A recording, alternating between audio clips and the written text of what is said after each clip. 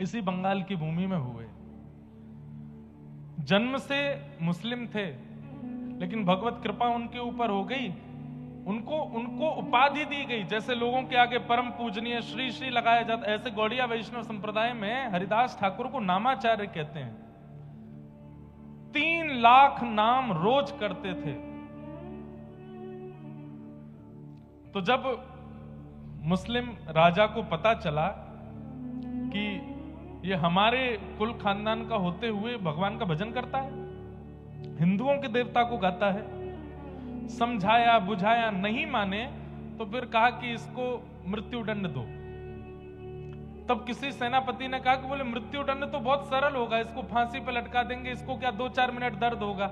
इसने जो गलत काम किया है हिंदुओं के देवताओं का नाम लेकर के, इसको तो कोई कड़ा दंड मिलना चाहिए। बोले क्या दंड दें? बोले हाथ बांधो, पैर बांधो, बाजार में लेकर के निकलो और इस पर कोड़े बरसाओ। कोड़े में भी कील होनी चाहिए बड़ी बड़ी, तो कील जब इसके कोड़े पड़े और कोड़ा जब हटाया जाए तो पूरे शरीर को छीलते हुए निकले।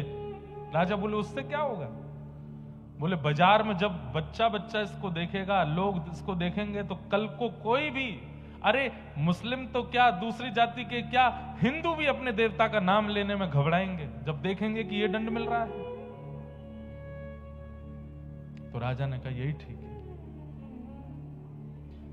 मैंने एक दिन बताया था, हरिदास ठाकुर पर जब कोड़े मारे जाते थे तो रक्त की बूंद नहीं निकलती थी, पिचकारियां निकलती थी शरीर से। लेकिन जब वो कोड़ा पड़ता था और उस समय जब वो दोनों भुजा उठा करके और ऊंचे स्वर में बोलते थे हरि बोल हरि बोल हरि बोल, कोड़े बरसाने वाले के चरण पकड़ लेते थे और क्रोध में नहीं, नेत्रों में भाव भरे रहते, अश्रु भरे रहते। बोले बड़ी कृपा। मैं तो चाहता था कि मैं ऊंचे स्वर में नाम गाऊं, लेकिन मैंने पूरी ताकत लगाई। इतना ऊंचा स्वर मेरा पहले कभी नहीं प्रकट हुआ जितना ऊंचा स्वर आपके कोड़े मारने से प्रकट हुआ है, और मारिए।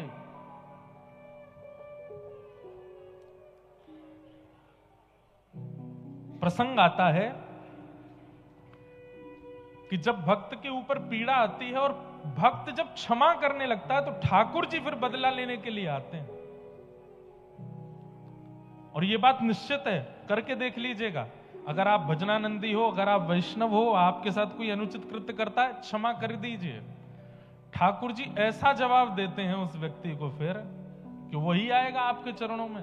और एक बात याद रखिएगा, वैष्णव भक्त का इस पूरे ब्रह्मांड में जिसने भी अपमान किया, ऐसा हुआ ही नहीं कि वो लौट करके क्षमा मांगने नहीं आया। एक दिन जरूर आया है, अपनी गलती का उसको एहसास हुआ है। बस वैष्णव शांत हो जाए, मौन हो जाए, उससे कुछ कहे ना। जब हरिदास ठाकुर पर इतने कोड़े मारे गए, इसके बाद भी उन्होंने कुछ नहीं कहा। महाप्रभु जगन्नाथ जी को आवेश आ गया और तुरंत सुदर्शन जी को आज्ञा की है, जाओ जाकर के इन म्लेच्छों को नष्ट कर दो, और इनको ही नहीं, इनके पूरे पृथ्वी पर जितने म्लेच्छ हैं सबको नष्ट कर दो। कोड़े बरसाए जा रहे हैं। सब लोग इधर देखो, ध्यान से सुनो। बाजार में कोड़े बरसाए जा रहे हैं। बच्चे अपने घरों में डर करके बैठे हैं। मां से पूछते, मां इनको क्यों मार रहे हैं? बोले ये हरे कृष्ण हरे राम बोलते हैं इसलिए मार रहे हैं। तुम मत बोलना कभी। इतना भय बैठ गया लोगों के अंदर। और उसी समय आकाश में एक सूर्य तो थे ही, दूसरे सूर्य प्रकट हो गए। एक सूर्य जो स्थित सूर्य हैं, उनसे भी तीव्र तेज वाले सूर्य साक्षात सुदर्शन जी आकाश में आ गए। और जैसे ही वो सुदर्शन जी नीचे पृथ्वी पर उन म्लेच्छों को नष्ट करने के लिए आने लगे, हरिदास ठाकुर भुजा उठा के रोने लगे, नहीं जगन्नाथ, नहीं महाप्रभु, ऐसा मत कीजिए। सुदर्शन जी प्रकट हो गए। प्रकट होकर के बोले, हरिदास ये तुम पर कोड़े मार रहे हैं और तुम पर किए जा रहे अत्याचार को देख करके लोग नाम गान करना बंद कर दे रहे हो, तुम कह रहे हो इनको मत मारो, क्यों? जरा हटो तो, मुझे देखने दो इन लोगों को। चरणों में गिर गए। बोले नहीं सुदर्शन जी, ये त्रेता नहीं है, ये सतयुग नहीं है, ये द्वापर नहीं है, ये कलयुग है। आपने त्रेता में उद्धार किया है, आपने द्वापर में उद्धार किया है, आपने सतयुग में उद्धार किया है, कलयुग में उद्धार नहीं, कलयुग में तो स्वीकार करना है, सबको स्वीकार करना है, सबका कल्याण करना है। इसीलिए आज भी आप जगन्नाथपुरी में देखेंगे महाप्रभु जगन्नाथ जी के बगल में सुदर्शन जी तीखे नहीं है। सुदर्शन जी का स्वरूप क्या है? उनके जो कोने हैं वो तीखे हैं।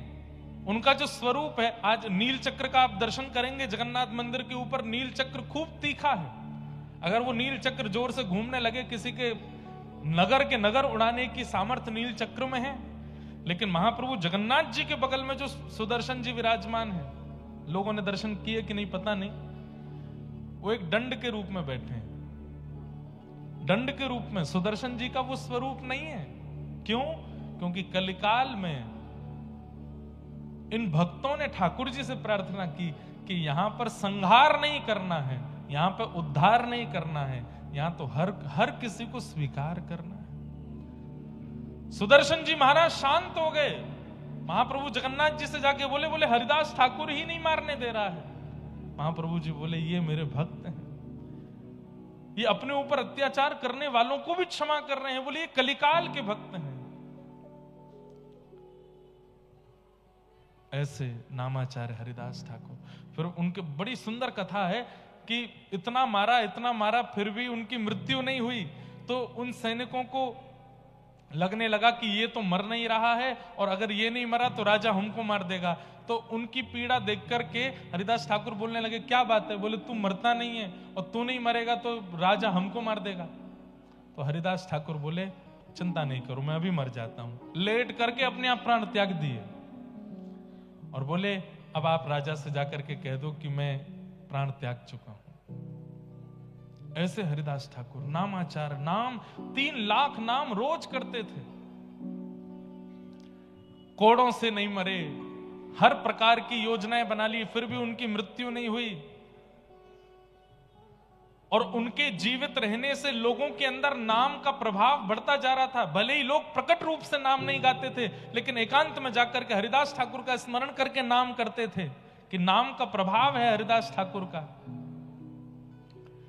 तब म्लेच्छों ने विचार किया कि हरिदास ठाकुर ऐसे तो नहीं मर रहा है, अगर इसका चरित्र हनन हो जाए, अगर इसका चरित्र हनन हो जाए तो हो सकता है कि नगर में इनका दुष्प्रचार होगा तो लोग इनकी बात मानना बंद कर देंगे। तब म्लेच्छ राजा ने एक नगर वैश्या को बुलाया और कहा कि हरिदास ठाकुर जिस कुटिया में बैठ के भजन करता है तुम वहां चली जाओ और कैसे भी करके उसको बहला फुसला करके और अपना बनाने का प्रयास करो। और कुछ नहीं, वो तुम्हारे ऊपर केवल हाथ रखे, आशीर्वाद देने को ही हाथ रखे, तुम बस चिल्ला करके हल्ला कर देना, तभी हम पूरे नगर को लेके पहुंच जाएंगे और हरिदास ठाकुर पर उसके चरित्र हनन का आरोप लगा देंगे। वैश्या बोली ठीक है, ये तो मेरे बाएं हाथ का खेल। पहुंच गई वैश्या, हरिदास ठाकुर बैठे हैं और वैश्या ने जाकर के कहा ये आपके बंगाल के भक्त हैं। वैश्या जाकर के बैठ गई और बोली महाराज क्या कर रहे हैं? बोले मैं नाम कर रहा हूं। बोले इतने युवा हैं आप, इतना सुंदर आपका यौवन है, अभी युवावस्था में है, कहां नाम कर रहे हैं? मेरी इच्छा है मेरे पास बैठिए, मुझसे थोड़ी बात कीजिए। हरिदास ठाकुर बोले देवी आप मेरे कुटिया में आई हैं, आपकी इच्छा जरूर पूरी करूंगा, लेकिन मेरा नियम है मैं 3 लाख नाम किए बिना कुछ नहीं करता। पहले अपना नाम कर लूं, उसके बाद आपसे मिलूंगा। आप थोड़ी देर प्रतीक्षा करो, बस मेरा नाम हो जाए फिर मिलता हूं। वैश्या बैठ गई सामने और श्री हरिदास ठाकुर नाम में लग गए। करते करते करते दोपहर हो गई, दोपहर से शाम हो गई, शाम से रात हो गई। सामने बैठी वैश्या को नींद आने लगी। हरिदास ठाकुर बोले आपको निद्रा आ रही है, आप चाहो तो थोड़ी देर विश्राम कर लो। यहां वैश्याएं सुधर रही हैं, यहां पर सब सुधर रहे हैं, पर ये कब सुधरेंगे? अरे सुन लो भैया, मोनेर मोनेर। तो वैश्या बोली आप अपना नाम कर लीजिए, मैं कल आ जाऊंगी आपके पास। बोला हाँ कल आ जाना। हरिदास ठाकुर का नियम था कि 12 बजे अगर 3 लाख नाम पूरे हुए तो 12:01 पर दूसरे दिन का नाम शुरू कर देते थे। वैश्या सुबह फिर से आ गई, आकर के देखा तो हरिदास ठाकुर फिर से नाम में बैठे। बोले आपका कल का पूरा नहीं हो? बोले कल का तो पूरा हो गया, दूसरे दिन का शुरू हो गया। अभी देवी अब तो प्रतीक्षा कर, आप अगर थोड़ी देर पहले आती, जब नाम पूरा हुआ तभी आ जाती तो आप जो कहती मैं आपकी इच्छा पूरी करता, पर अब तो दूसरे दिन का नाम चल रहा है, अभी 3 लाख होगा तभी बात करूंगा मैं।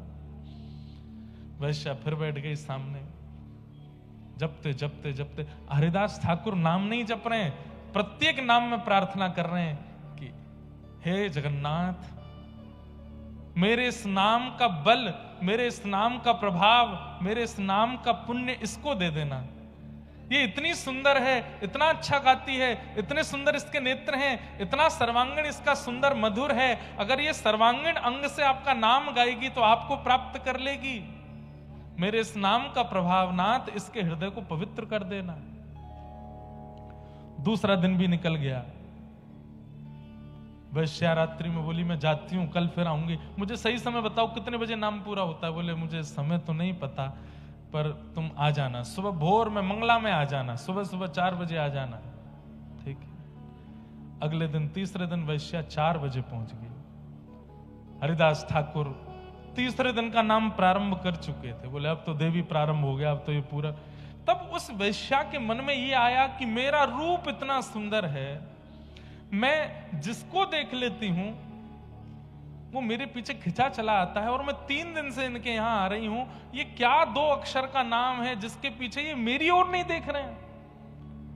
ऐसा क्या है इस नाम में जिस नाम के प्रभाव से ये मेरी ओर नहीं देख रहा? तब उसने प्रार्थना करते हुए कहा आप क्या नाम करते हैं, थोड़ा मुझे सुनाएंगे? बोले सुनोगे? हरे कृष्ण कृष्ण कृष्ण हरे हरे, हरे राम राम राम हरे हरे। जैसे ही नाम महामंत्र सुनाया, बंधुओं एक बात बताएं,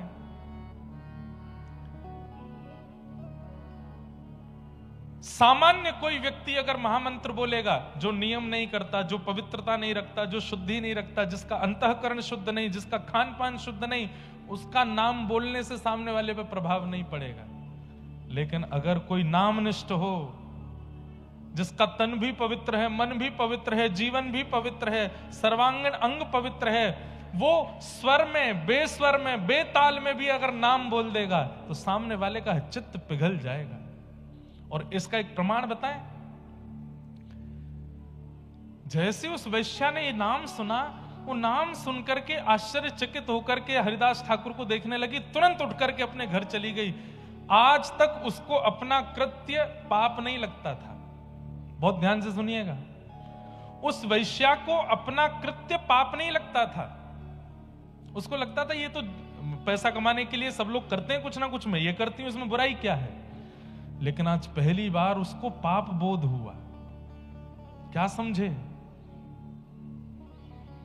आप यदि किसी वैष्णव को देख रहे हो, आप यदि किसी महापुरुष को देख रहे हो, और देख करके आपके मन में आया कि बस कृपा हो गई, इनका हमने दर्शन कर लिया, आदि आदि, समझना अभी दर्शन नहीं किया। लेकिन किसी महापुरुष को देख करके अपने जीवन के किए हुए कुछ कृत्यों पर अपने ऊपर आत्मग्लानि हो, तब समझना कि आपने वास्तव में दर्शन किया है। अपने पूर्व के किए हुए कोई पाप आपके सामने आकर के खड़े हो जाएं और आपको चिंता होने लगे कि ये तो मैंने बहुत बड़ा अपराध किया है, अपराध बोध यदि हो जाए तो समझो कि आपने संत दर्शन, वैष्णव दर्शन किया है। और हजारों संतों को, वैष्णवों को देखने के बाद भी अपने पूर्व के अपराधों पर कभी बोध नहीं होता। आपने कोई दर्शन नहीं किया। कितनी बड़ी बात। संत दर्शन ठाकुर जी की याद करावे, संत दर्शन किशोरी जी की याद करावे, ये बाद की बात है, पर संत दर्शन आपके कृत्यों को दिखा दे, स्वयं की दृष्टि अंदर झुकवा करके दिखा दे कि तुमने ये चीजें गलत की हैं, इसका प्रायश्चित करो, तब समझो कि वैष्णव दर्शन हुआ है। या फिर मैं ऐसा कहूं, आप तो देखेंगे तो आपको उनके दर्शन से धाम की याद, ब्रज की याद, ठाकुर जी की याद आएगी, लेकिन यदि वो कृपा भर के आपको देख लेंगे तो आपको अपने पूर्व के कृत्यों के प्रति बोध होगा कि ये मैंने गलत किया, पहले मुझे इसका प्रायश्चित करना है।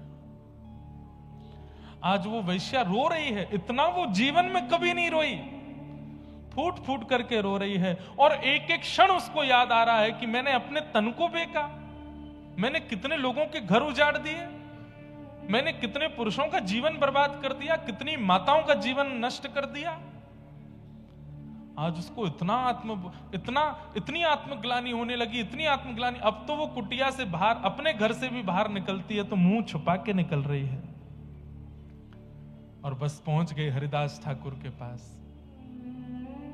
एक बार नाम सुनने के प्रभाव, एक बार प्रत्यक्ष नाम सुनने का प्रभाव, और दूसरा वो 3 लाख करके करीब 9 लाख नाम तो हरिदास ठाकुर ने उसके सामने जपा है। इस कारण से उस वैश्या के मन में बस उथल पुथल हो रही है, वो चरण पकड़ रही है हरिदास ठाकुर के। मैं कैसे उद्धार करूंगी, मुझे तो जगन्नाथ जी कभी स्वीकार ही नहीं करेंगे, मैंने तो इतने बड़े पाप किए। व्यक्ति अपने जीवन में 10-5 पाप करता होगा, पर मैंने तो अपने पूरे जीवन में, अपनी बाल्यावस्था से अब तक पाप ही पाप किया है, मुझे महाप्रभु कैसे स्वीकार करेंगे। हरिदास ठाकुर बोले, ठाकुर जी की यही कृपा है, मानवों में और ठाकुर जी में अंतर यही है कि मानव गलतियां मरते दम तक याद रखता है और ठाकुर जी एक क्षण में भुला देते हैं।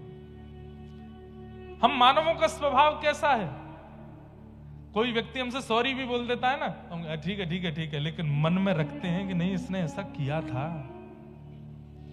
कोई व्यक्ति गलती कर भी देता है तो हम उसको कहते हैं अच्छा ठीक है भाई, कल गया बात गई, कल रात गई बात गई, छोड़ो। लेकिन जब वो व्यक्ति सामने नहीं होता, 4 लोगों से उसकी बुराई भी कर दे, अरे तुम क्या जानो इसके बारे में, ऐसा ऐसा किया हुआ है इसने।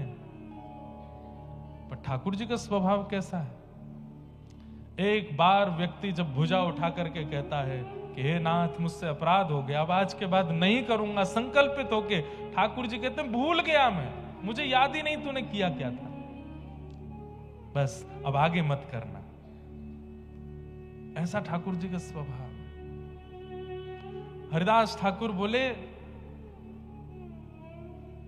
जो नाम तूने सुना है बस उसको अपना जीवन बना ले, और लौट करके पीछे नहीं देखना, ना आत्मग्लानि करनी, ना दोबारा उन कृत्यों में जाना जो तूने किए हैं। और सुन, इस कुटिया में मैंने करोड़ों नाम किए हैं, अब मैं तो कहीं और चला जाऊंगा, तू इस कुटिया में रहे और यहां रह करके भजन कर। हरिदास ठाकुर तो उस समय चले गए, वहां से कहां गए, आगे कहीं निकल गए और उस वैश्या को उस कुटिया में बैठा गए।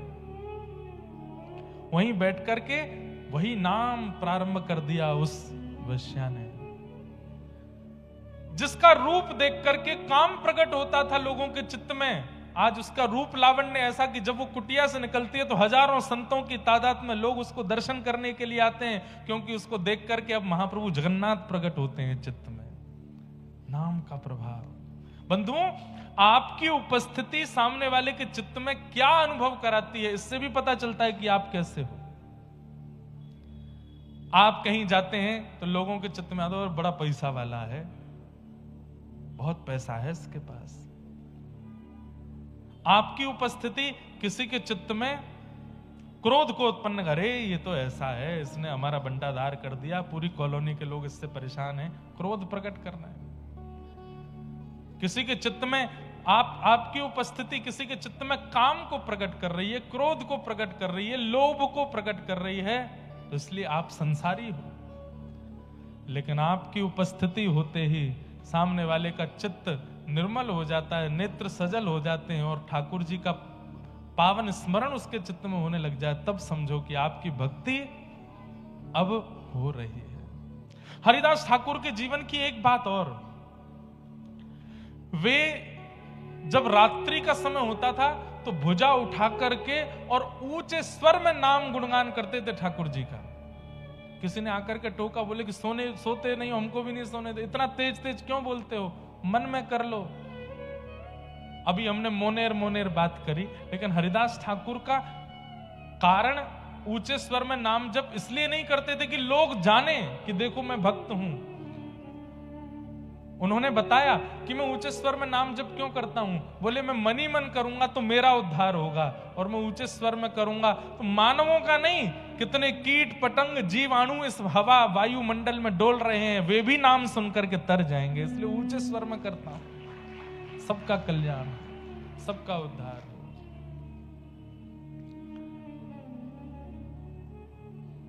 सामान्य नहीं है,